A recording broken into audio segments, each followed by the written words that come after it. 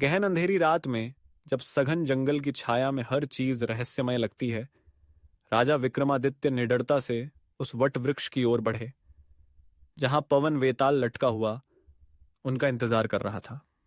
जैसे ही राजा ने वेताल को अपने कंधे पर उठाया, देखे थरथाया, वेताल अपनी तीसरी कहानी सुनाने लगा।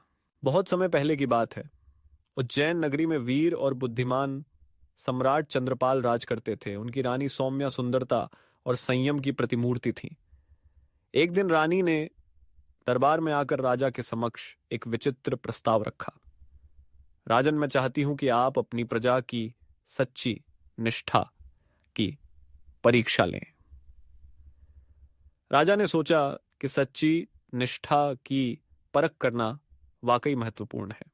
अगले दिन राजा ने ऐलान करवाया कि राज्य के सभी मंत्री, सेठ और साधारण लोग एक एक अमूल्य वस्तु दरबार में उपहार स्वरूप लेकर आएं, जिससे उनकी भक्ति और निष्कपटता का आकलन हो सके। सभी दरबारी हीरे, मोती, मूंगा, सोने के गहनों और कीमती वस्तुओं का ढेर लगाकर राजा का सम्मान करने लगे। पर एक वृद्ध महिला केवल एक छोटी मिट्टी की कटोरी में हल्दी ले आई।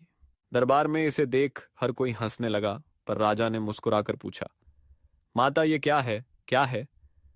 उस वृद्धा ने उत्तर दिया, महाराज, मेरे पास बस यही था, पर सूर्य की तरह निष्कलंक मन से आपको समर्पित करने आई हूं। राजा की आंखों में सम्मान उमड़ आया। उन्होंने उस मिट्टी की कटोरी और हल्दी को बाकी उपहारों से ऊपर रख दिया। वेताल ने पूछा, राजन बताओ, उन सब अमूल्य उपहारों के बीच राजा ने उस वृद्धा की मिट्टी की कटोरी को ही सबसे मूल्यवान क्यों माना? विक्रमादित्य ने उत्तर दिया, क्योंकि वस्तु की कीमत उसकी भौतिक महत्ता में नहीं, उसके पीछे छुपी भावना और निष्कपट प्रेम में होती है। उस स्त्री ने अपना सर्वस्व दे दिया, जबकि बाकी केवल अपनी संपत्ति का एक अंश लाए थे। वेताल ने प्रसन्न होकर फिर उड़ान भरी। राजा के विवेक की एक और परीक्षा पूरी हुई। इस तीसरी कथा का सार यही है, सच्चा मूल्य धन में नहीं, हृदय की सच्ची श्रद्धा और भावना में है।